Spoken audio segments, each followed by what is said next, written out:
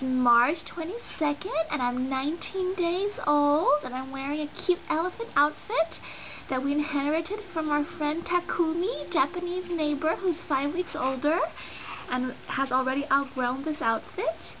And Daniel slept the best last night ever. He slept about every 3 hours he woke up, which is a huge difference compared to every hour and a half. So Mommy got to sleep more too. And I'm now just enjoying, after being changed by my grandma, I'm just enjoying this chair before I have more food. And I go to bed again. That's all I do right now. I sleep, I eat, and I stay awake and start exploring my surroundings. Yeah.